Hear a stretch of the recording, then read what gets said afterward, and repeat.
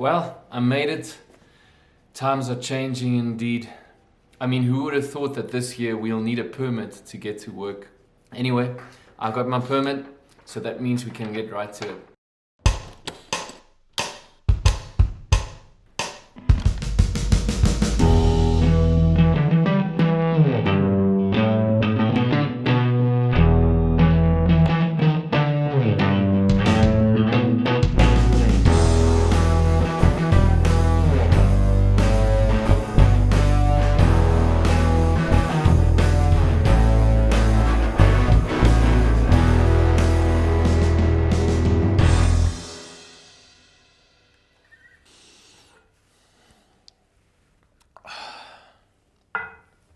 Hey, what's up everyone? I'm Udo and welcome to our very first Mitech Direct Namibia video series. Now, with all this crazy social distancing happening right now and everyone needing to stay at home, I think it will be a great idea to start our first series with home studio tips. Now, a lot of you might already have a home studio, or you might just wonder what it takes to build your own home studio. And if you flip through the channels on YouTube and on social media, it might seem quite overwhelming if you look at the experts do it, but really it's not that complicated, and I'm here to take you through some basic practical tips that can help you to build your own home recording studio. So let's get started. But first,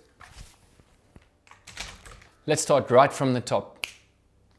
Oh, first a sip of coffee. That's good. So today we're looking at the first step to building your own home studio, and that is planning. Now, this might seem like a really obvious step, but many overlook it, and later on you might get frustrated if you overlook this point. It is a vital step and foundational to your process of building your own home studio. As the old saying goes, if you fail to plan, you are planning to fail. Wait, who actually came up with that saying? Benjamin Franklin. Old but wise words. Okay, so let's get started. Right, so when it comes to planning your own home studio, I believe there are a few basic things that you can ask yourself to make your life much easier later on. The first thing that I would look at is the following. What is the main aim of building this home studio? What is my purpose behind it? So maybe you just want to have a creative space at home that's nice and comfortable, where you can create music for yourself or for family or friends. Or do you perhaps need to start your own podcast channel and you want to do interviews with clients? Maybe you want to create music for online content or compose music for film. Perhaps you want to lay down a demo track for yourself as a singer-songwriter, or just record guitar.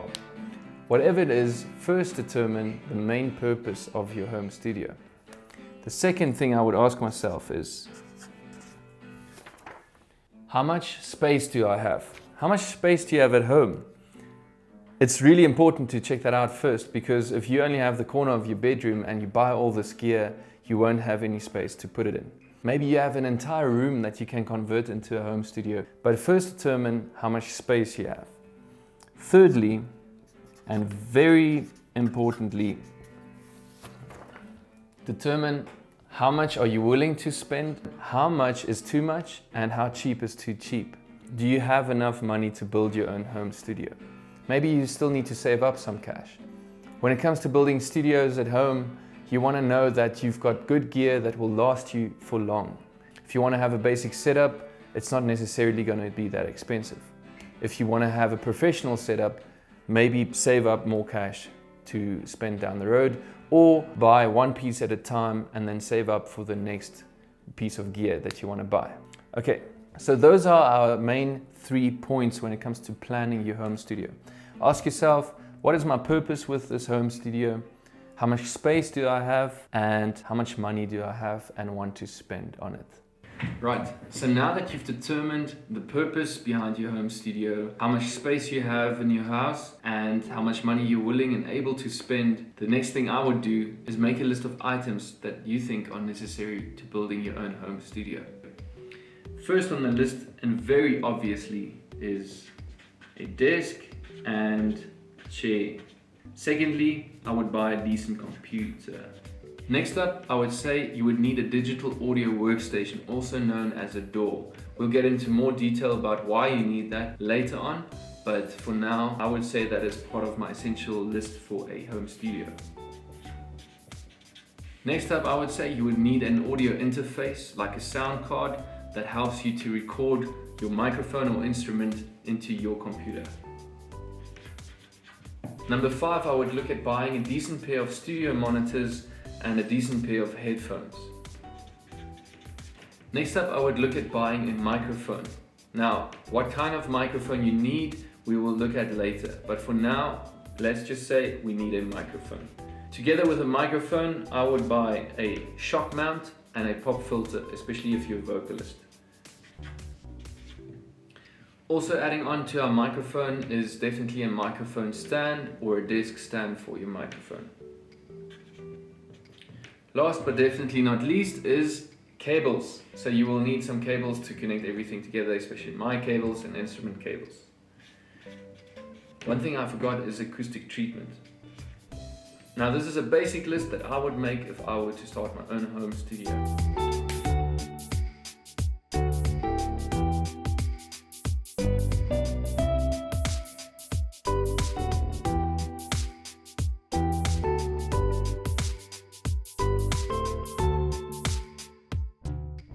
Great stuff. So we'll get into the details later on in this series, but for now I believe it's important to know the purpose of your home studio, how much space you have at home, what is the budget that you're working with, and then make a list of items that you think are necessary before starting to buy the gear that you need. Okay, that concludes our first session of Home Studio Tips. I hope I could help you in getting started and planning well, and also making a list of items that you think are essential for building your own home recording studio. Now, if you haven't yet, please like us on our Facebook and Instagram pages at Mitech Direct Namibia to stay up to date. Remember that from next week we will start looking at each item on this list to make sure that you make an informed decision before buying any of this equipment. This is Mitech Direct Namibia series on Home Studio Tips. Till next week, cheers!